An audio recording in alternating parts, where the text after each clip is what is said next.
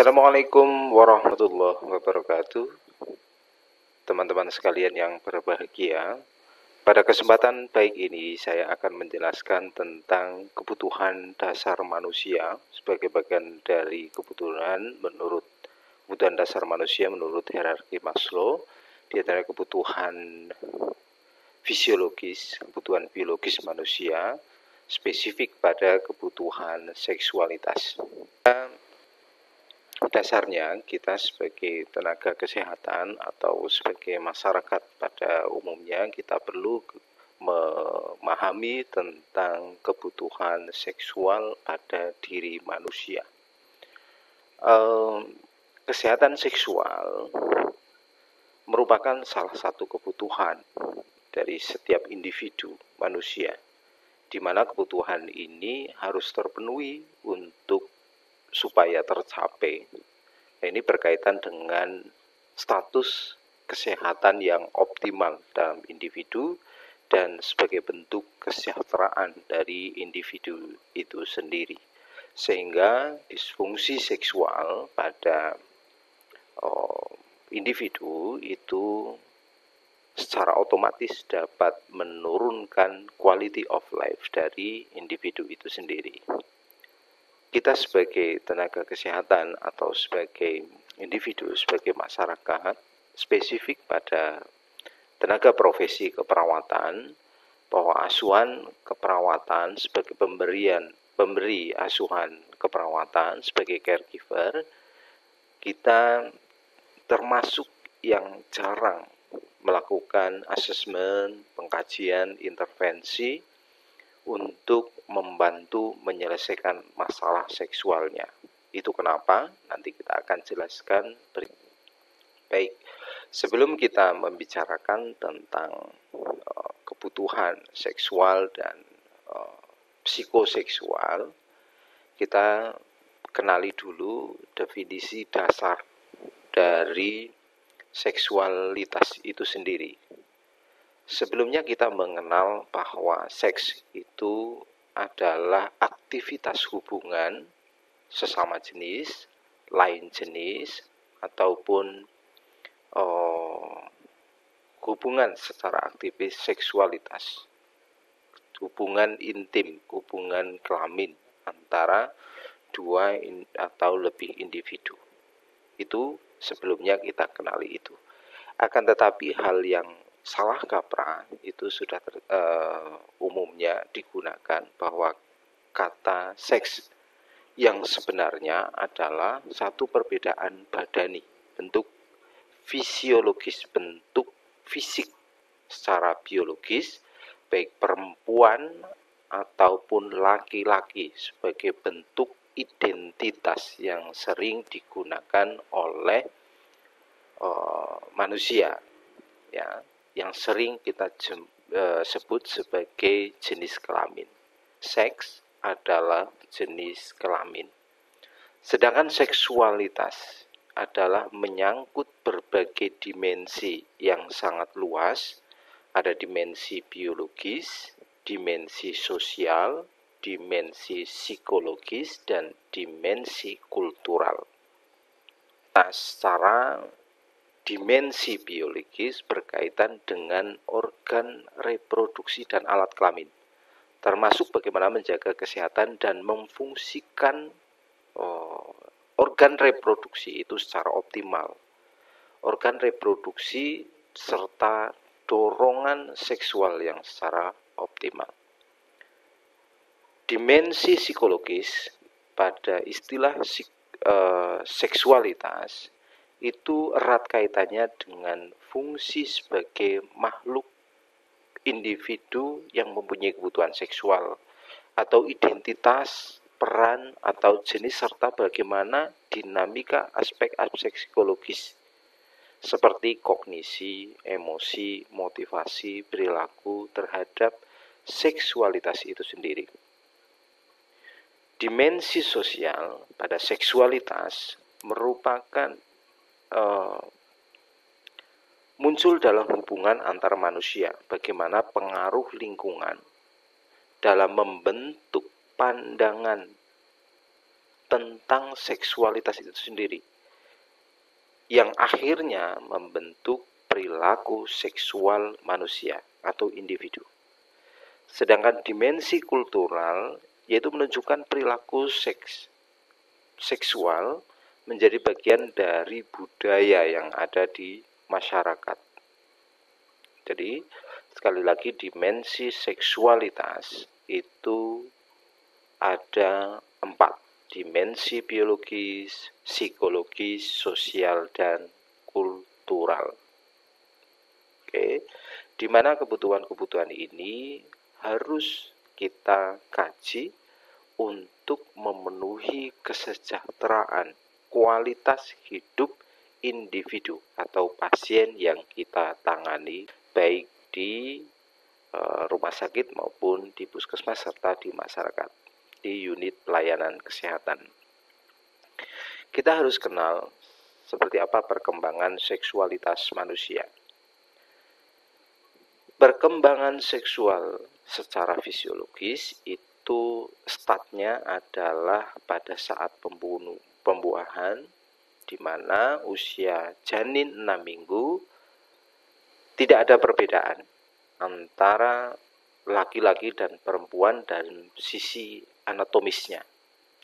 Kemudian pada sekitar 7-8 minggu atau 4 bulan itu ada proses peningkatan hormon testosteron yang tinggi, jadi laki-laki, ya, ada pertumbuhan testis, perkembangan testis menjadi laki-laki, serta ovarium yang terbentuk pada janin dengan meningkatnya tingkat testosteron yang lebih rendah. Jika testosteron lebih rendah, itu akan menentukan pada jenis kelamin perempuan. Ini adalah secara fisiologis dan analisis hormon. Oke. Berikutnya, tadi saya menyebutkan tentang psikoseksual. Ada seksualitas, ada psikoseksual. Beberapa tokoh psikologis seperti Sigmund Freud, Erik Erikson, dan lain sebagainya, termasuk Arif pada tahun 2005, menyebutkan bahwa psikoseksual itu merupakan tumbuh kembangnya kepribadian, yang ini sejalan dengan tumbuh kembangnya dari organ tubuh itu sendiri, di mana faktor seksualitas memainkan peranan kunci terhadap kepribadian fisik seseorang, kepribadian dan fisik individu seseorang. Seperti tadi yang saya sebutkan, saya hanya menyebutkan satu tokoh yang paling terkenal, Sigmund Freud, membagi perkembangan psikoseksual menjadi 5 tahapan. Yang pertama itu adalah fase oral, usia 0 sampai 1,5 tahun. Dikatakan fase oral karena pada saya ini memenuhi kebutuhan kesenangannya, kebutuhan jiwanya, kebutuhan kesejahteraannya itu dengan mulutnya yang senang menghisap sesuatu, mencicipi sesuatu, contohnya seperti menghisap tangannya sendiri atau payudara ibu. Ini adalah sebagai bentuk pemenuhan. Menurut Sigmund Freud adalah fase tumbuh kembang yang disebut fase oral di usia 0 sampai 1,5 tahun. Berikutnya adalah fase anal, yaitu antara 1,5 sampai 3 tahun. Pada tahap ini, fungsi utama libido adalah pada pengendalian kandung kemih atau buang air besar, buang air kecil. Misalnya seperti melatih anak untuk buang air kecil atau buang air besar ke toilet dengan baik. Ini bagian dari proses pembiasaan ataupun pengenalan terhadap fungsi seksual, pemenuhan kebutuhan kesejahteraan dikaitkan dengan kebutuhan buang air kecil dan buang air besar pada fase anak. Fase yang ketiga adalah fase pada usia 3 sampai 5 tahun. Pada fase ini fokus libido pada alat kelamin. Yang terpenting pada fase ini merupakan munculnya Oedipus complex yang diikuti oleh fenomena castration anxiety atau kecemasan terpotongnya penis pada laki-laki dan penis envy atau kecemburuan penis pada perempuan. Oedipus complex yaitu ketika anak laki-laki akan menganggap ayahnya sebagai kompetitor dalam berebut kasih sayang ibunya. Pun pada perempuan juga sebaliknya. Yang keempat adalah fase laten, usia 5-12 tahun, pubertas. Ini belum pubertas. Pada fase ini libido seakan tidur dan akan bangkit lagi dengan kekuatan penuh di usia pubertas tiba. Di fase ini anak akan memiliki rasa ingin tahu yang besar tentang berbagai hal. Pada fase genetal, fase yang terakhir yaitu usia 12 tahun atau usia pubertas. Sampai berikutnya merupakan tahap akhir dari tahap psikoseksual ini. Pada fase ini seseorang akan mengalami perubahan yang besar dalam dirinya maupun dunianya. Dan masa ini juga manusia akan mengembangkan minat seksual yang kuat pada lawan jenisnya. Ini adalah 5 fase menurut Sigmund yang paling terkenal. Berikutnya kita akan bahas tentang identitas gender. Identity gender adalah bagaimana seseorang memandang terhadap dirinya sebagai laki-laki atau sebagai perempuan dalam hubungannya dengan orang lain. Ini adalah bagaimana orang tersebut memutuskan untuk mengekspresikan seksualitasnya dalam perilaku terhadap orang lain dari jenis kelamin yang sama dan jenis kelamin yang berbeda. Oke, itu yang disebut dengan identity. Berikutnya adalah sexual orientation. Orientasi seksual ini menggambarkan preferensi individu untuk bagaimana mengungkapkan perasaan seksualnya, seperti semua perilaku manusia, perilaku seksual yang sangat kompleks. Dan orientasi seksual adalah proses pertumbuhan seumur hidup yang sangat dinamis. Ada beberapa contoh orientasi seksual, seperti heterosexuality, aktivitas seksual antara laki-laki dan perempuan. Ya.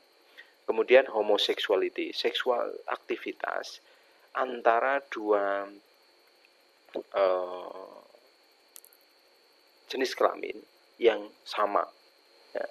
Homoseksual berarti aktivitas seksual antara dua orang dengan jenis kelamin yang berikutnya adalah bisexuality, adalah mempunyai persamaan yang hampir sama preferensi terhadap partner atau lain jenis. Kemudian transsexuality, yaitu keyakinan bahwa seseorang itu secara psikologisnya itu mempunyai seksualitas yang berbeda dari apa ciri fisik, ciri anatomis yang dimilikinya pada saat ini. Ini adalah transsexuality. Ini berikutnya adalah kita melihat seksuality itu pada aspek needs atau kebutuhan. Integritas seksual merupakan bagian yang tidak terpisahkan dari quality of life dan kesejahteraan seseorang. Meskipun tidak ada nilai universal tentang seksualitas, individu mengalami beberapa kebutuhan seksualitas yang sangat general. Penampilannya akan mencerminkan kebutuhan khusus yang berkaitan dengan seksualitasnya. Jadi setiap orang mempunyai kebutuhan, batas kesejahteraan, penampilan, hubungan yang mencerminkan pada kebutuhan.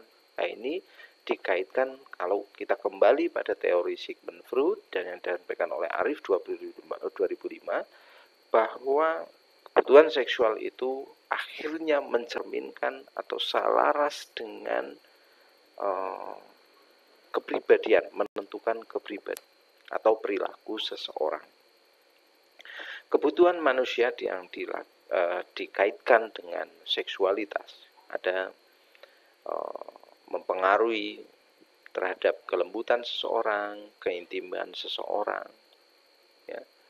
Kalau misalkan homoseksual berarti sesama jenis, ya, lesbian berarti sesama jenis, atau heteroseksual atau heteroseksual, ataupun ini mempengaruhi keintiman, kelembutan, ya, terhadap sesama jenis atau lawan jenis menurut orientasi identitas seks individu itu sendiri.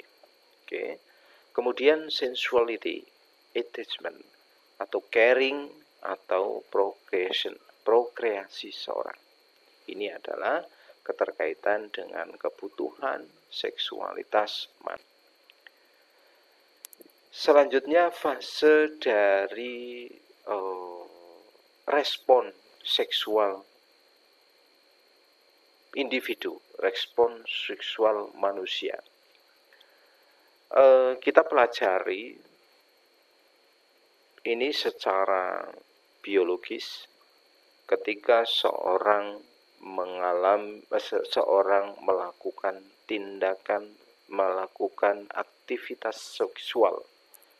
Ya, ini ada 4 fase yang akan dialami ketika misalkan laki-laki dan perempuan, suami istri berhubungan. Nah, pada saat berhubungan itu akan mengalami 4 tahap dalam berhubungan menurut psikologi, menurut fisiologis, secara fisiologis. Pada tahap yang pertama adalah excitement. Excitement dimulai dengan rangsang seksual pada laki-laki maupun perempuan, ditandai dengan vasokongesti, alat kelamin, mengakibatkan pelumasan vagina pada perempuan dan ereksi penis pada laki-laki pada fase excitement. Setelah fase excitement itu, kemudian melampaui fase plateu, ditandai dengan pemeliharaan kegairahan seksual dan pembangunan mulai kegembiraan yang mengarah pada orgasme. Ya. Selanjutnya terjadi orgasme. Refleks yang sangat menyenangkan yang ditandai dengan spasme otot dan ejakulasi pada pria, ya, dan orgasme pada wanita. Yang setelah orang mengalami, setelah suami istri berhubungan, maka yang terakhir fase yang akan dialami adalah resolusi. Resolusi itu proses kembali seperti semula, relaxing, ditandai dengan kembalinya secara bertahap kegembiraan itu pada fase masa sebelumnya. Ya. Jadi seperti pendinginan. Ya. Oke, ada 4 fase pada respon seksual setelah orang melakukan hubungan, bukan setelah. Pada saat melakukan hubungan seksual itu ada 4 respon: excitement, plateu, orgasme, dan resolution. Berikutnya adalah sexuality dan kesehatan. Sebagai seorang perawat yang tadi saya sampaikan bahwa dunia profesional itu merupakan dunia yang paling dekat dengan peluang kita untuk mengasesmen, membantu memenuhi kebutuhan seksual atau menangani pada masalah pada pasien, pada orang lain yang mengalami malfungsi, disfungsi seksualitas.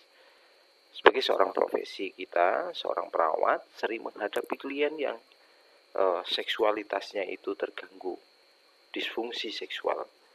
Dan beberapa penyakit yang muncul biasanya misalkan kesacatan, faktor pembedahan, pengobatan, dan rawat inap yang mengganggu terhadap pemenuhan kebutuhan seksualitas dari pasien itu sendiri.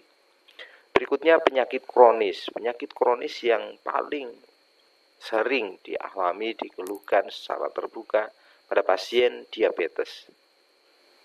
Pada pasien diabetes biasanya mengalami penurunan fungsi seksual secara drastis, serta penyakit kardiovaskular lainnya yang dapat berdampak pada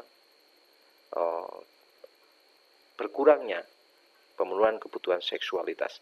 Berikutnya adalah kondisi lain yang memungkinkan berkontribusi terhadap perkembangan masalah seksual dalam penampilan yang menyertainya, serta integritas sosial dari seseorang.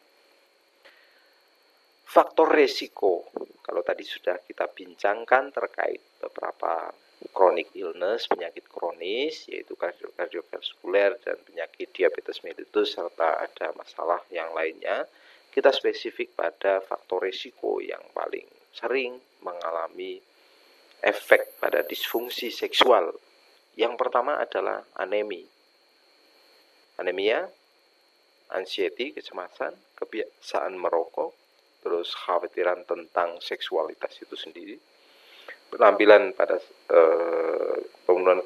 proses pemenuhan kebutuhan seksualitas, depresi, hormonal yang tidak seimbang, hiperlipidemia, terus hipertensi, multiple sclerosis, ya, previous traumatic atau trauma sebelumnya, kemudian pengalaman seksual sebelumnya, atau bahkan ada pembedahan pada prostat, kegagalan pada ginjal, serta kerusakan pada spinal cord tulang belakang, serta ada kemungkinan kekerasan pada pola kebiasaan seksual dan abnormal, ketidaknormal pada kelenjar tiroid, serta ada vascular bypass surgery, pembedahan bypass vaskular. Itu juga merupakan satu faktor risiko dari disfungsi seksual. Nah, ini contoh faktor risiko ini harus kita perhatikan. Jadi kalau ada kasus-kasus seperti anemia, anxiety, kebiasaan merokok, ada hypertension, atau diabetes, atau spinal cord injury, dan sebagainya, yang termasuk faktor risiko di bawah ini, maka kita perlu mengkaji bagaimana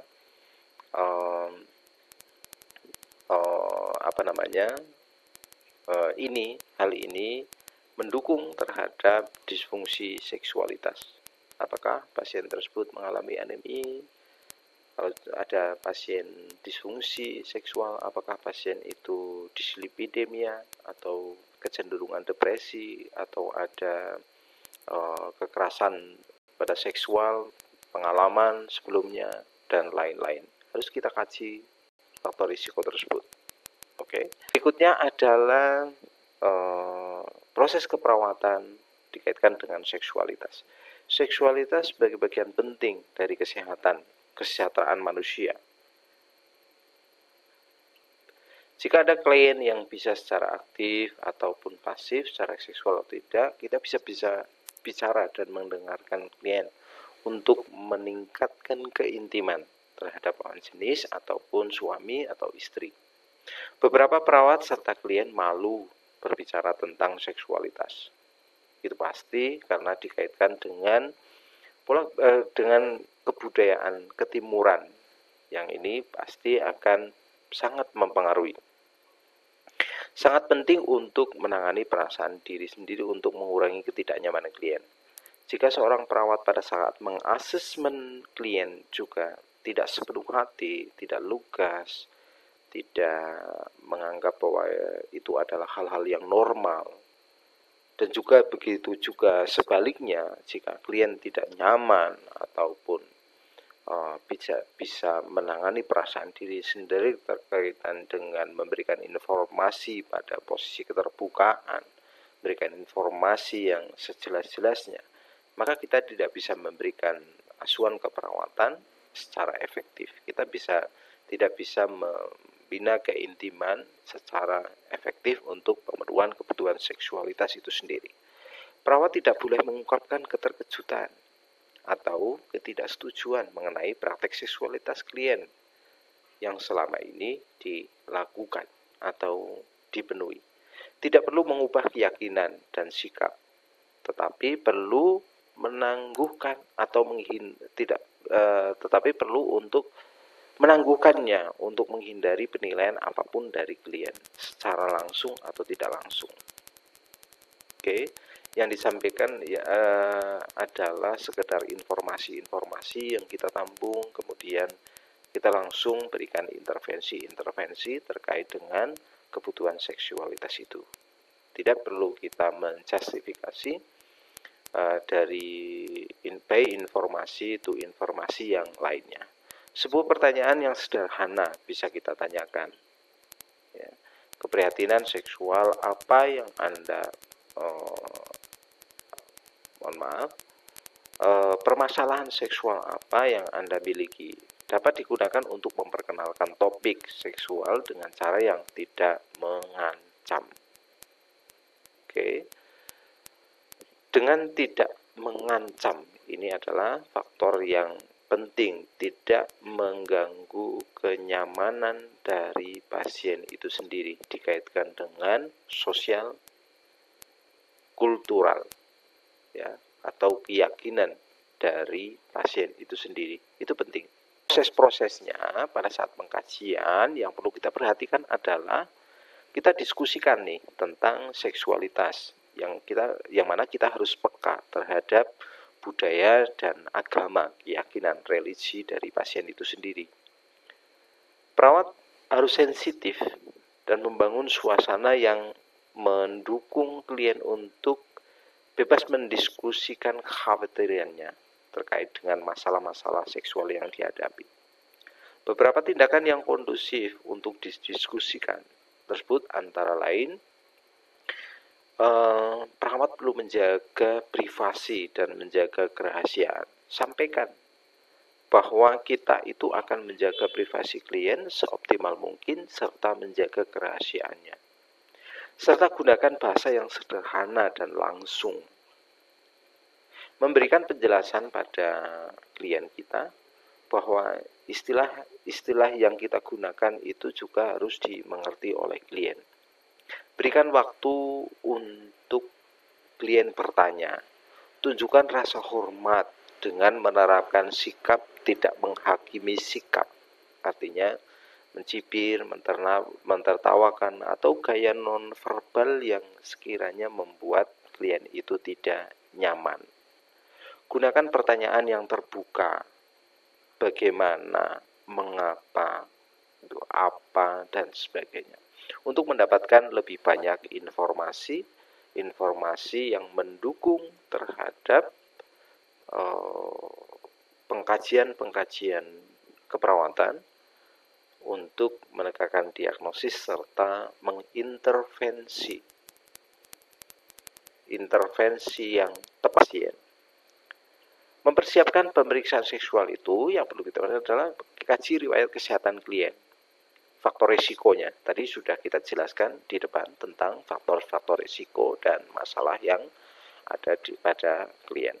Menyapa klien dan menjelaskan teknik pengkajian yang akan saudara gunakan. Kaji tingkat kecemasan klien dan berikan keyakinan bahwa ini adalah hal-hal yang normal. Pemeriksaan mempertanyakan hal tentang seksualitas merupakan hal-hal yang normal bagi kita seorang kesehatan karena tujuan kita adalah untuk memberikan intervensi dan tindakan serta ini bisa diyakinkan untuk membantu masalah disfungsi seksual pada pasien.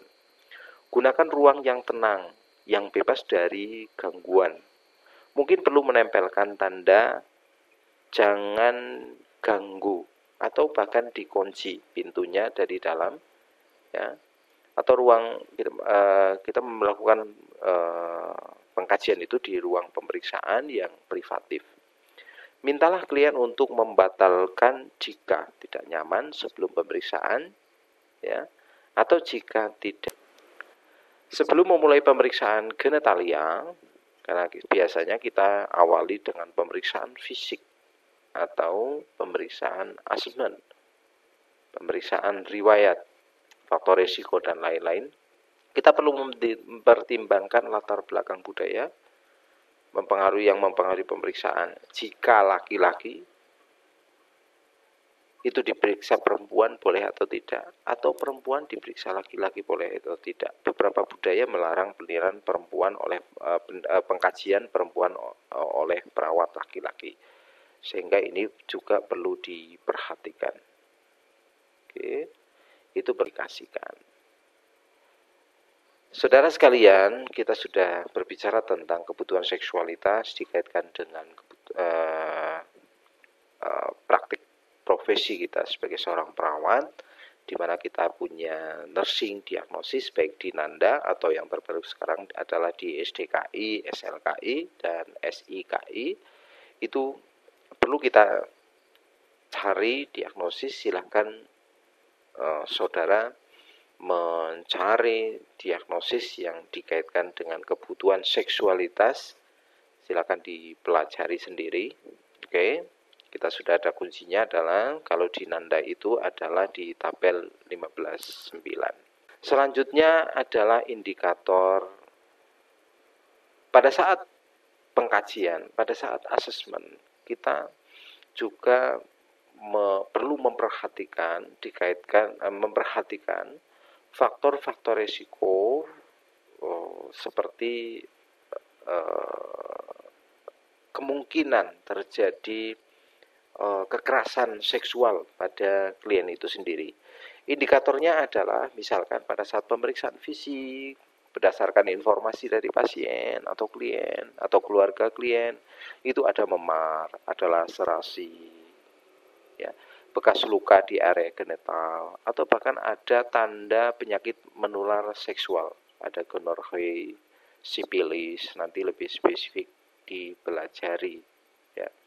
Berikutnya adalah kecemasan ekstrim atau menjaga selama pemeriksaan fisik. Kecurigaan atau keengganan dalam menjawab pertanyaan serta kurangnya kontak mata. Ini adalah tanda-tanda sexual abuse. Jika ada kontak mata, tidak ada kontak mata atau kurang kontak mata, selain karena faktor budaya, religi juga, ini kita harus ada kecurigaan kaitannya dengan sexual abuse. Ya. Saya kira itu, saudara sekalian, untuk kebutuhan seksualitas dari profesi kita seorang perawat.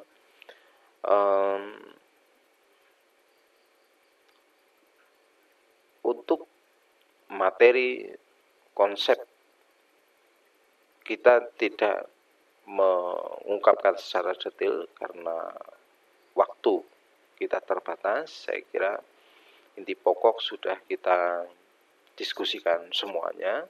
Mohon nanti bisa mempelajari sendiri, saudara, lebih dalam dikaitkan dengan kebutuhan seksualitas dan psikoseksualitas. Dari saya cukup sekian. Assalamualaikum warahmatullahi wabarakatuh.